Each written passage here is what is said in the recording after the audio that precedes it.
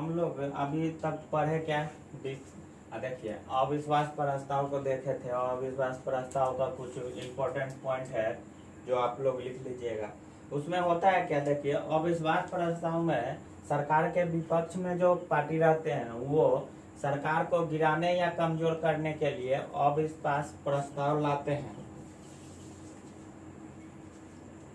अविश्वास प्रस्ताव एक शस्त्र जो होता है उसमें एक ही बार लाया जा सकता है। ऐसा नहीं है कि एक बार सरकार गिरा दिए तो उसको अगर हम लोग अविश्वास प्रस्ताव को वो बार बार जो है नहीं ला सकते हैं। वो शस्त्र में एक बार ही लाया जाता है अविश्वास प्रस्ताव। ये 2 पॉइंट आपका महत्वपूर्ण हुआ।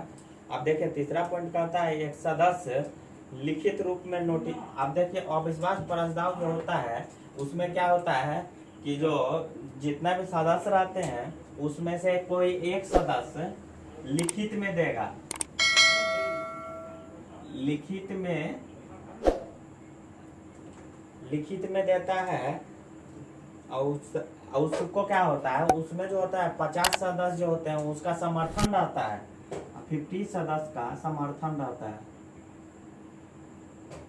सदस्य का समर्थन रहता है,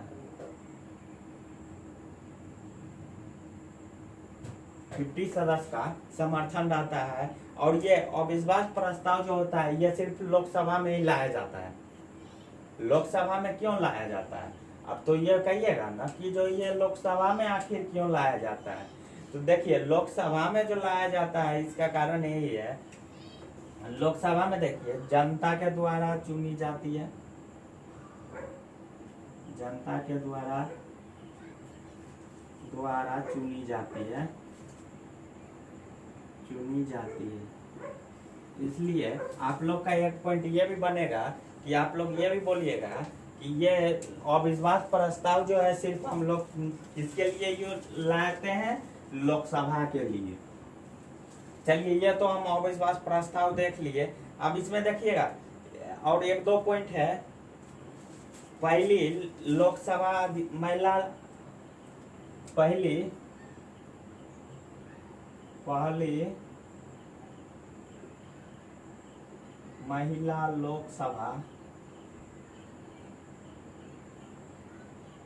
महिला लोकसभा अध्यक्ष कौन थी?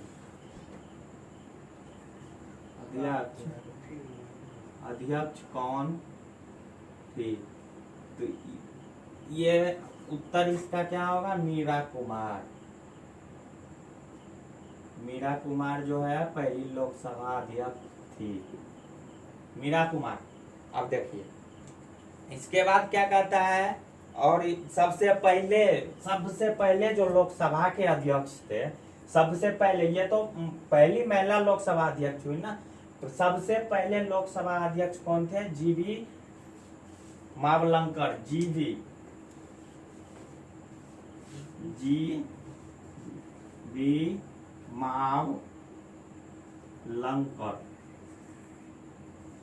जीवी मावलंकर जो थे वो पहले लोकसभा अध्यक्ष थे। पहले लोकसभा अध्यक्ष जीवी मावलंकर थे। चलिए अब इसके बाद इसमें एक और देखते हैं, शून्यकाल किसको कहते हैं? सुने होंगे शून्यकाल, प्रश्नकाल, ये सब लोकसभा में आता है। अब देखिए शून्यकाल के बारे में देखते हैं। शून्यकाल देखिए, अब शून्यकाल होता है कि देखिए लोकसभा का कार्यकाल, लोकसभा जब चलता है तो वो दो पाली में बांटा रहता है। एक 12 बजे से पहले तक चलता है और एक 12 बजे के बाद चलता है। और देखिए 12 बजे के पहले जो होता है वो क्या होता है? प्रश्नकाल होता है। और उसके बाद जो होता है वो होता है आपका कार्यसूची। पहली प्रश्नकाल और उसके बाद होता है कार्यसूची।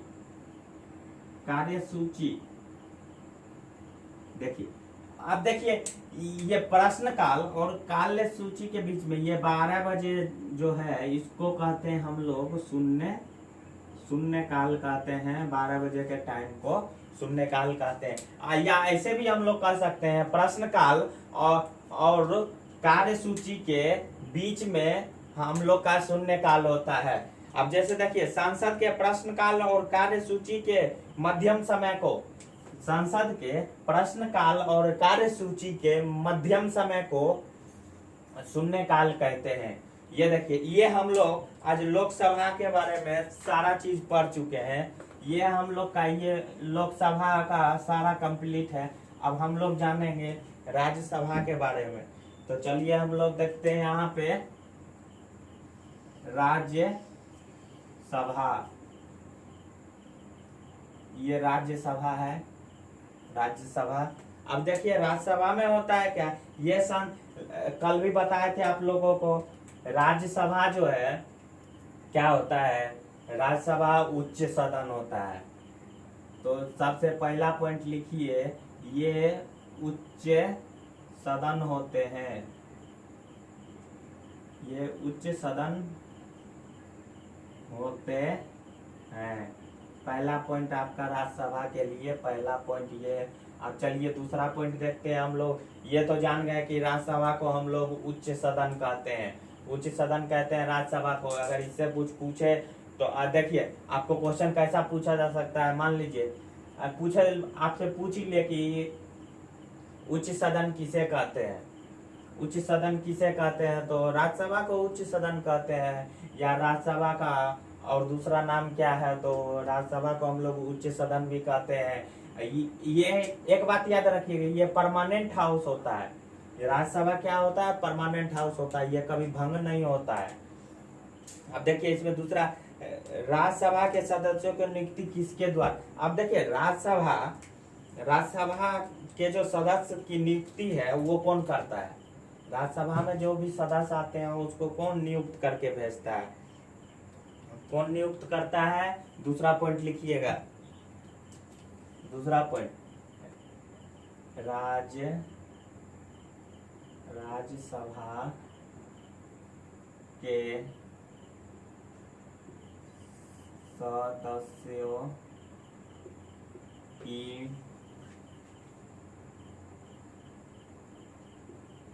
नियुक्ति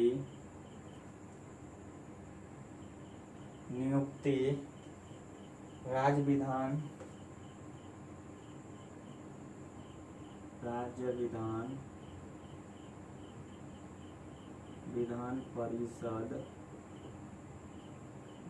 परिषद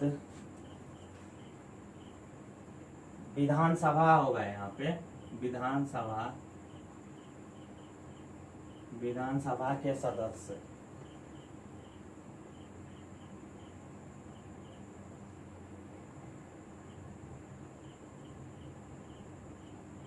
विधानसभा के सदस्य करते हैं, विधानसभा के सदस्य करते हैं। अब देखिए राज्यसभा में जो सदस्य, अब देखिए राज्यसभा है तो वो दिल्ली में है राज्यसभा, तो हम लोग के यहाँ विधानसभा के जो हम लोग के सदस्य होते हैं वो यहाँ से कुछ एमएलए सबको चुन के भेजते हैं राज्यसभा के लिए कि मेरे तरफ से, मेरे पार्टी से, मेरे बिहार की तरफ से ये आदमी जो है इस बार राज्यसभा पे जाएंगे, राज्यसभा में जाएंगे। तो वो सब अपने में नियुक्त कर लेते हैं किसी का नाम, कि मान लीजिए किसी को भेजना है तो उसका नाम नियुक्त करेंगे, उस पर सारे जो भी उनके सपोर्टर होंगे वो अपना सपोर्ट देंगे इनके साथ, वो और ये चूज होके फिर राज्यसभा के लिए जाएंगे, ये कहता है। अब प्रत्येक वर्ष 1/3 सदस्य सेवानिवृत्त हो जाते हैं। राज्यसभा में देखिए क्या होता है, प्रत्येक वर्ष 1/3 जो है ये सेवानिवृत्त हो जाते हैं, प्रत्येक साल होते हैं। अब देखिए उसके बाद क्या कहता है, और जब ये सेवानिवृत्त होंगे तो इसके जगह नए भी सदस्य आते हैं, ऐसा नहीं कि वो खाली रहता है, नए सदस्य आते हैं, नए सदस्य क्या करते हैं, आते हैं। 1/3 जब सेवानिवृत्त होते हैं तो उस कमी को पूरा करने के लिए कुछ नए सदस्य भी आते हैं राज्यसभा में, ये इसलिए कभी भंग नहीं होता है। अब देखिए 1/3 इससे जाता ही है, फिर उसमें नए सदस्य भी आ जाते हैं, तो उनका सदस्य तो पूरा ही है, जितना जाता नहीं है उतना आ ही जाता है, तो ये कभी भंग नहीं होता है। अब देखिए क्या बोले कि ये राज्यसभा कभी भंग नहीं होता, ये परमानेंट हाउस होता है राज्यसभा हम लोग का, इसलिए राज्यसभा को अस्थाई सदन यानी परमानेंट हाउस भी कहते हैं, इसलिए हम लोग इसको परमानेंट हाउस भी कहते हैं, परमानेंट हाउस या अस्थाई सदन या अस्थाई सदन कहते हैं। अब देखिए राज्यसभा के जो सदस्य होते हैं, राज्यसभा के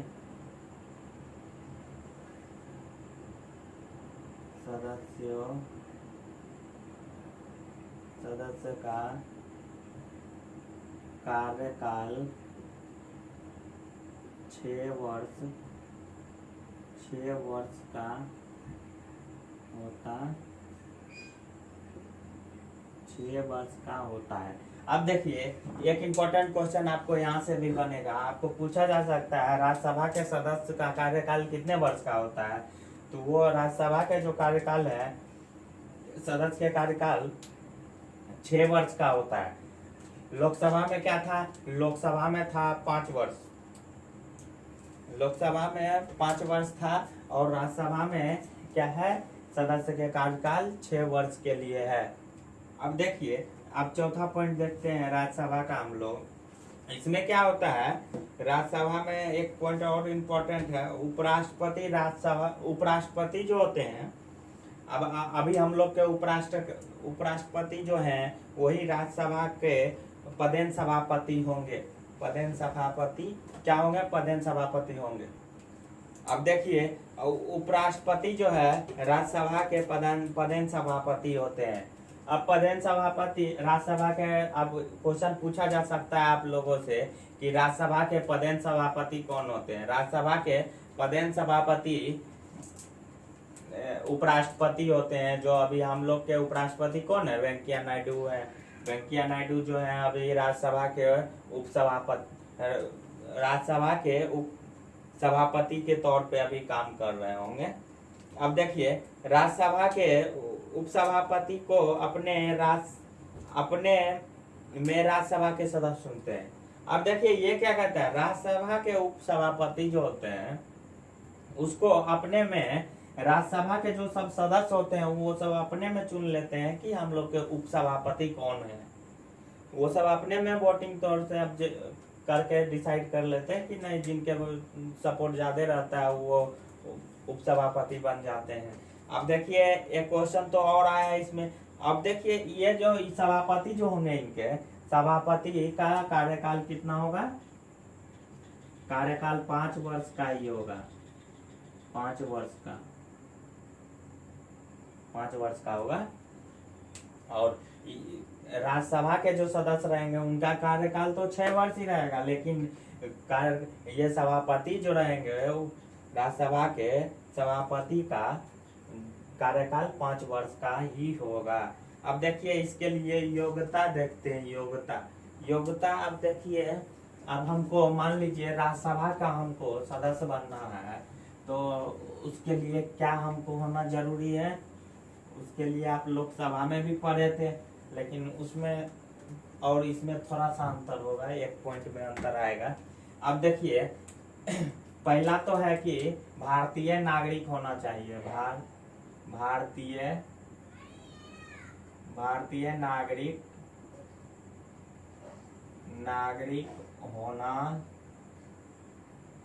होना चाहिए।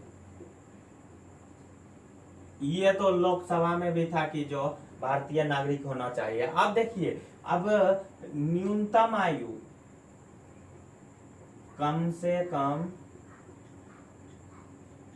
कम 30 वर्ष होना चाहिए, 30 वर्ष होना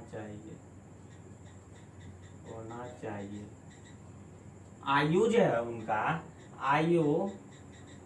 आयु कितना होना चाहिए, 30 वर्ष होना चाहिए। लोकसभा के लिए सबसे पहला था कि जो भारतीय नागरिक होना चाहिए, और दूसरा पॉइंट कहता है कि उनका उम्र जो है वो 30 वर्ष होना चाहिए, तब ये लोकसभा के लिए चुनाव लड़ सकते हैं।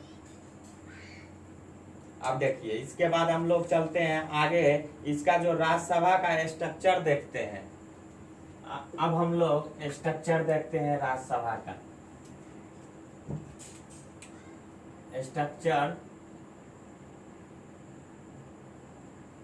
Structure of permanent house, PERMANENT, permanent house. Permanent house लिखे तो आप लोग कंफ्यूज मत होइएगा जी, इसका मतलब यही हुआ राज्यसभा, परमानेंट हाउस कहते हैं राज्यसभा को, ठीक ना। स्ट्रक्चर अब देखते हैं। अब देखिए अब ये तो अभी देखिए हम लोग का वर्तमान लिखिए, नहीं छोड़िए इसको मत लिखिए, वर्तमान को मत लिखिए आप लोग चलिए सबसे पहले लिखिए 245। अभी देखिए 245 ये राज्यसभा के सदस्य, 245 वर्तमान यहाँ लिखिए, वर्तमान में। अब ये देखिए इधर मैक्सिमम लिख दीजिए, यहाँ पे 250 मैक्सिमम, 250 को मैक्सिमम कर दी।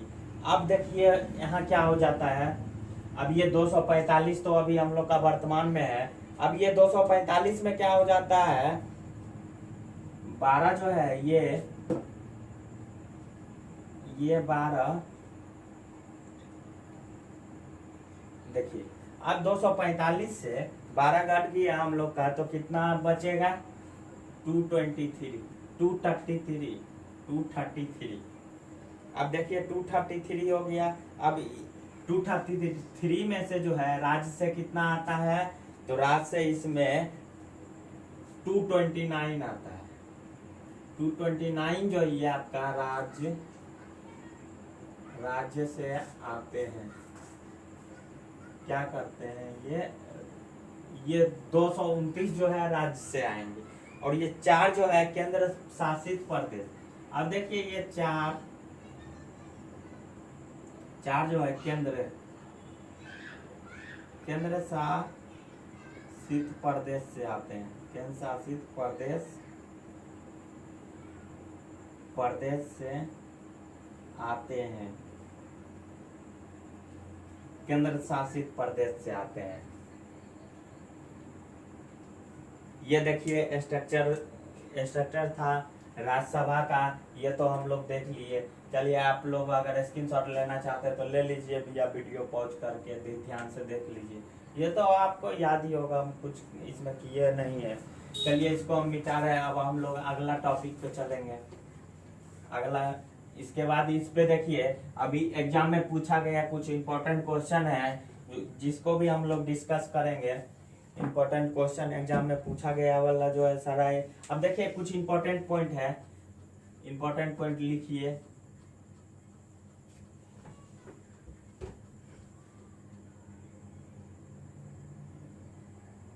इंपॉर्टेंट पॉइंट्स, अब इंपॉर्टेंट पॉइंट में देखिए सबसे पहला क्या होगा आपका, पहला होगा पहले सभापति। पहले देखिए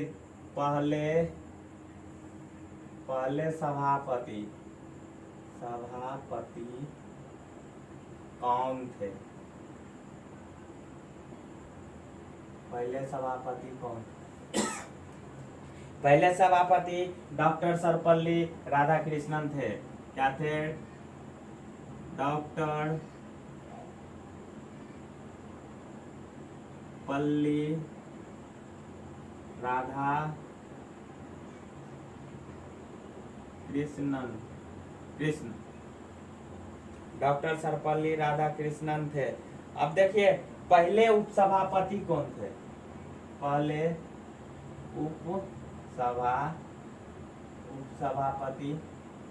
पहले उपसभापति कौन थे? तो पहले उपसभापति थे S.V. कृष्णमूर्ति राव, S.V.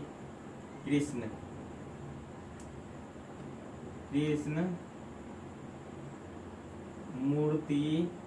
राव। देखिए पहले उपसभापति थे S.V. कृष्णमूर्ति राव,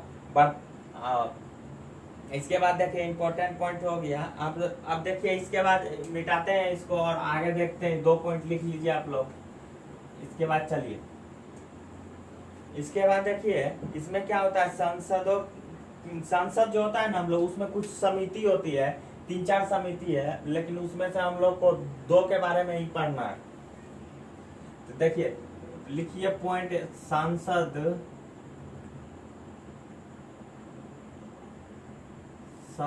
की समितियां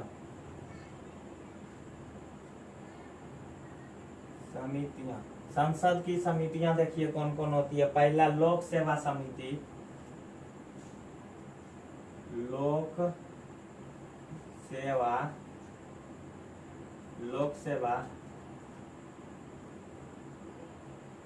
सेवा समिति। आप देखिए दूसरा क्या होगा, दूसरा है नियम समिति।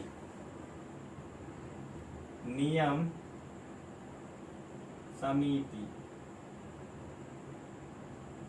समिति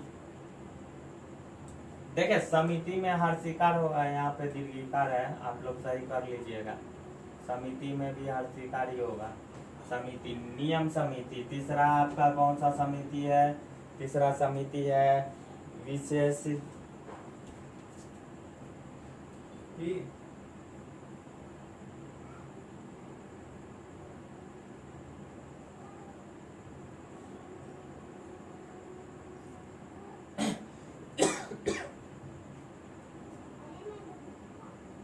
विश्वाधिकार समिति। और चौथा हम लोग का है, चौथा तदर्थ समिति।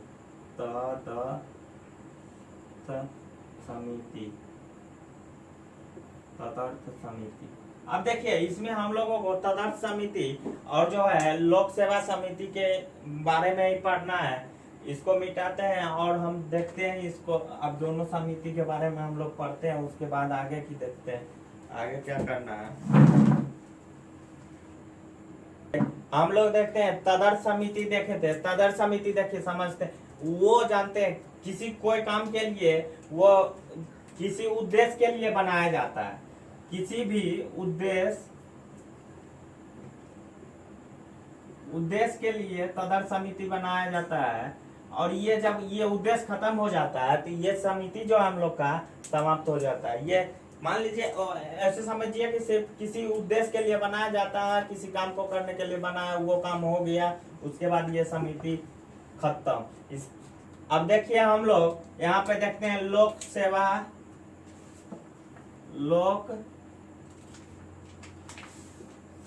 समिति। लोक सेवा समिति ये बहुत इंपॉर्टेंट है, ये पढ़ना है हम लोगों को। अब देखिए इसमें क्या होता है, इसमें सबसे पहले देखिए आप लोग एक पॉइंट बनाइए, लिखिए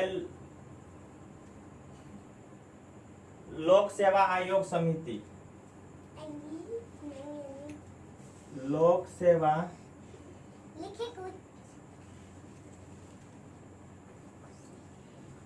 आयोग, लोक सेवा आयोग समिति। ये क्या होता है इसको देखते हैं हम लोग। इसमें होता है लोकसभा के कितने, देखिए इसमें लोकसभा के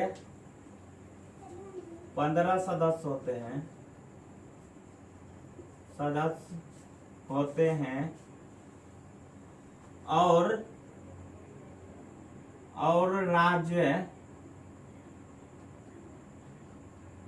राज्यसभा के 7 सदस्य होते हैं।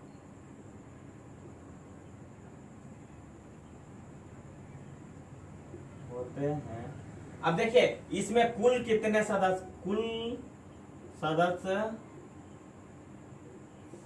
की संख्या कितनी है, इसमें कुल सदस्य कितने होते हैं,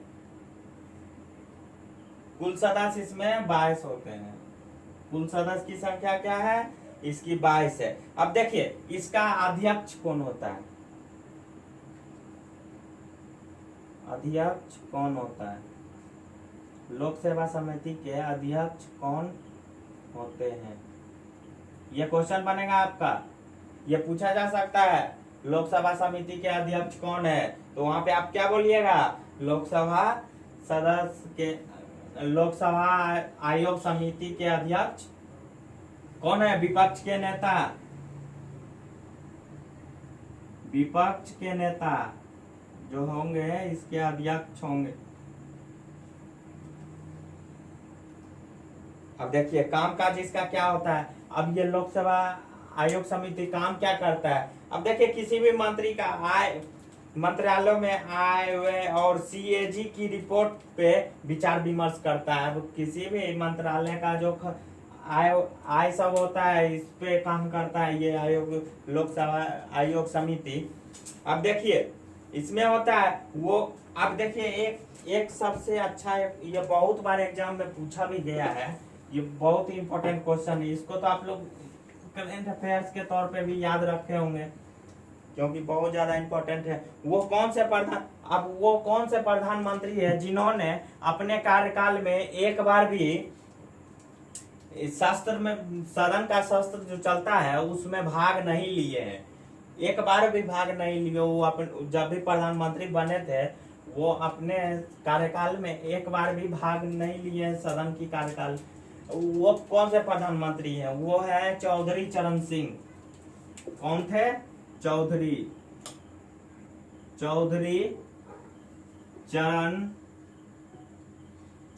चरण सिंह। ये जो थे, ये जब प्रधानमंत्री थे तो ये एक बार भी सदन के शस्त्र में भाग नहीं लिए थे। ये बहुत इंपॉर्टेंट क्वेश्चन है, बहुत बार पूछा भी गया है एग्जाम में।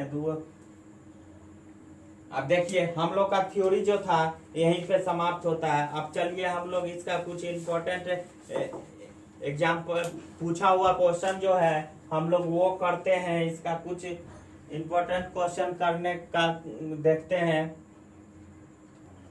तो देखिए ये संसद जो था टॉपिक, हम लोग पॉलिटी का एक टॉपिक था हम लोग का, ये एक चैप्टर भी है संसद, ये आज हम लोग पढ़ लिए हैं। अब इसमें देखिए आज इसका कुछ इंपॉर्टेंट क्वेश्चन हम लेके आएंगे आप लोगों के लिए, जो कई बार एग्जाम में कॉम्पिटिटिव एग्जाम में पूछा जा चुका है। वो क्वेश्चन मैं आप लोगों के लिए अगले क्लास में कुछ प्रॉब्लम की वजह से अब मैं क्वेश्चन अभी नहीं करवा पा रहा हूँ, तो मैं वो क्वेश्चन इसके नेक्स्ट क्लास में कुछ अच्छा सारा आप लोगों के लिए क्वेश्चन मैं पूछा गया, पिछले प्रीवियस एग्जामों में पूछा गया सारे क्वेश्चन को, 10 साल की क्वेश्चनों को एक जगह से, उसमें से फिर इम्पोर्टेंट मैं छांट के आप लोगों के लिए लाऊंगा। तो आज ये जो भी आप पढ़े हैं, अगर इसमें कोई भी प्रॉब्लम आप लोगों को आता है तो मैं तो डेली बोलता हूँ कि आप लोग व्हाट्सएप ग्रुप नंबर है, आप वहाँ पे भी अपना प्रॉब्लम शेयर कर सकते हैं। श्री राम ट्यूटोरियल में जितने भी फैकल्टी हैं या टीचर हैं जो भी हैं वो भरपूर मेहनत कर रहे हैं, लेकिन आप लोग बताइएगा तो कि आपकी कमी कहाँ पे है, तो हम लोग उस कमी को दूर करने का काम करते हैं। जो भी प्रॉब्लम आप लोगों के लिए व्हाट्सएप नंबर तो डेली मैं देता हूँ। अभी भी देखिए आप लोग व्हाट्सएप नंबर देख रहे होंगे, सामने स्क्रीन पे देख रहे होंगे, उस पे अपना पूछ सकते हैं कि सर हमें ये इस टॉपिक में पॉलिटिक्स आज जो भी पढ़ रहे हैं, करंट अफेयर्स में भी कुछ पढ़ रहे हैं, अगर उसमें भी लग रहा है कि आपको नहीं समझ आ रहा है कि वह क्या लिखा हुआ है, तो वो आप व्हाट्सएप ग्रुप पे पूछ सकते हैं। ग्रुप में देखिए, उस ग्रुप में आपके सारे फैकल्टी हेड रहेंगे, आप जो भी क्वेश्चन पूछिएगा वो जिस फैकल्टी का होगा वो खुद ग्रुप में आंसर दे देंगे। सभी को बोला गया है, ऐसा नहीं है कि नहीं करेंगे। आप लोग के लिए मैं अगले दिन इसका कल एक क्वेश्चन के लिए क्लास ले लूँगा। फिर हम लोग देखिए इसके बाद हम लोग एक विधान परिषद का टॉपिक पढ़ेंगे। देखिए सारे अलग अलग पढ़ेंगे, विधान परिषद पढ़ेंगे, फिर केंद्रीय सरकार के बारे में पढ़ेंगे, केंद्रीय सरकार। उसके बाद देखिए पॉलिटी में और सारे चैप्टर, राष्ट्रपति, उपराष्ट्रपति, प्रधानमंत्री, फिर मुख्यमंत्री, राज्यपाल, सारे स्टेट के एक क्लास ऐसा लेंगे जिसमें सारे स्टेट का हम लोग मुख्यमंत्री राज्यपाल के बारे में डिस्कस कर ले कि अभी फिलहाल में कौन है नहीं है, कौन कौन कहाँ के राज्यपाल हैं, ये सब के बारे में डिस्कस कर लेंगे। तब तक के लिए धन्यवाद। आज चलते हैं, बस ये क्लास यहीं पर समाप्त है। Good bye.